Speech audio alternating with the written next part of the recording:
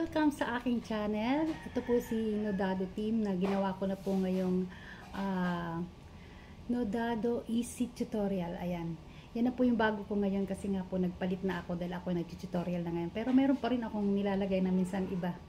Pero itong ituturo ko sa inyo ngayon, yung mga dating pumupunta sa, alam ko naman maraming gumagamit ng CapCut. At ito ngayon yung gagamitin nating tutorial ngayon. Dun sa ating watermark sa CapCut na minsan hindi natin napapansin na meron pala, di ba bawal yun pag may watermark, kaya kailangan natin siyang alisin. Pero itong gagawin natin ngayon ay yung pinaka easy na hindi mo na kailangan pang alisin siya sa dulo. Automatic na siya pag i-off lang natin itong kanyang setting dito, i-off lang natin at yun na, magiging automatic, hindi na tayo gagalaw pa doon sa pinakadulo na ating video para alisin ang watermark. Ganito po yun, panoorin lang natin. At sana kung nakatulong to aking video, pwede pong paki-subscribe, follow, like, and share. Kahit na po hindi na po ninyo ako i-like dyan o anuman, basta't nakapag-comment kayo at nakapag-subscribe para po kayo ay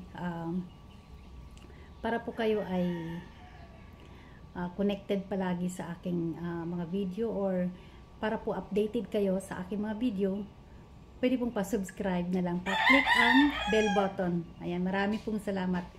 Ito na po, simulan na natin. Ayan, una pupunta po tayo sa ating paboritong CapCut para pang-edit. Ayan, at ilagay na po natin, i-click po natin yung Me. Yan po yung ating profile. Yung Me dyan. At pagkatapos po ay, i-click naman natin ang setting sa taas.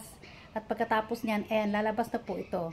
I-click niya lang po yan at i-turn off lang po ninyo para hindi na siya palaging lumalabas dyan kapag tayo ay nag-upload, dahil nga sa bawal yung ina-upload natin yung watermark ng ating CapCut. Kaya kung pwedeng i-toggle off na lang po natin yan para hindi na siya lumabas palagi kapag tayo ay nagbi-video at naglalagay ng ating ina-upload na video. Ayan, isa lang po yun pero na doble-doble na. Ayan, at ganun lang po yung gagawin natin. At ito nga, panoorin nyo, ayan, wala na siyang watermark sa dulo.